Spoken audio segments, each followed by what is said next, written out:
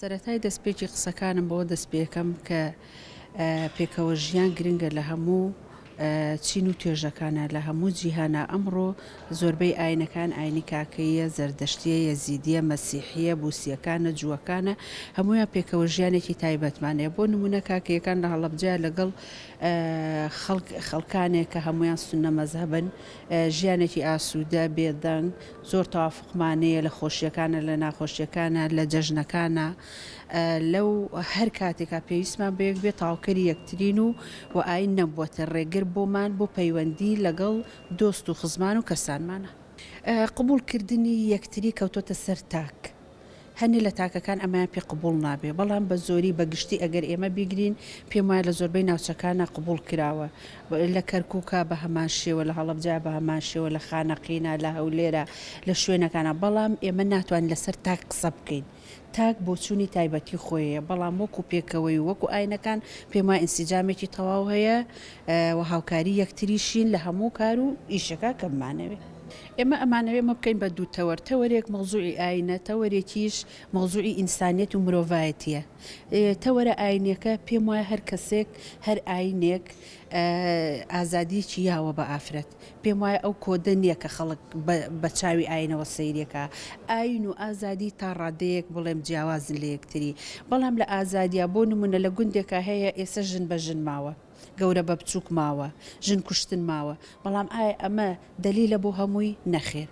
لە هەموو شوێنەکە ئەمانەیە ئێمە ناتوانین بنەبڕی یەک جارێکی ئەمە بکەین، بەڵام ژنان بەگشتی هەوڵی ئەوەیانیاوە کە جارێکی کە ژن کوشتن نەمێنێتەوە، جارێکی کە بە زۆر لە چکردن بە ژنان نەمێنێتەوە.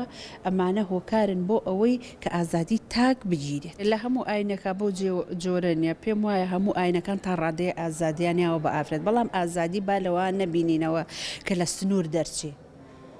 کۆمەڵشت هەیە عنی خەریکە لە سنوور دەرەچێت. ئەو لە سنوور دەرچوونە من لەگەڵ یاسایەکان نیم کە سعاتێکی شەو کچەکەم بێتەوە نەتوانم بڵێم لەکوێی، یعنی نەتوانم پێی بڵێم چیت کردووە، لەکوێ بووی.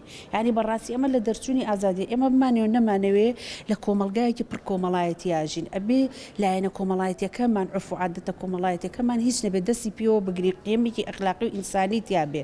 بەڵام ئەگەر ئێمە لەو قیمانە بڕۆینە دەرەوە، ئەمە دڵنیابن لە ئازادی ئەترازێ. پاڵانسی ئاین و کەلتور وەکو یەک ڕابگیرێ، ڕێز لە ئاینیش بگیرێ، ڕێز لە کەلتور بگیرێ، ڕێز لەو ئازادیش بگیرێ کە ئەدرێ بە ژنان. طبعا احنا بالنسبة للمجتمعات في نظر الديانة البهائية هي المجتمعات اللي تكون ناجحة الأكثر تنوع من الناحية الدينية، وأي سلطة دينية تكون مرفوضة. ليش؟ لأنه الأديان مثل البستان، يعني كل ما الزهور والورود تكون متنوعة يكون هذا البستان أجمل. فالسلطة الدينية احنا نعتبرها ظلم واحتكار على فئة معينة من الناس. احنا بالنسبة بالديانة البهائية عندنا أهم مبدأ هو مساواة الرجل بالمرأة. يعني المفروض أي مجتمع أن يكون هذا الجناحين متوازيين، هذاك المجتمع يكون ناجح.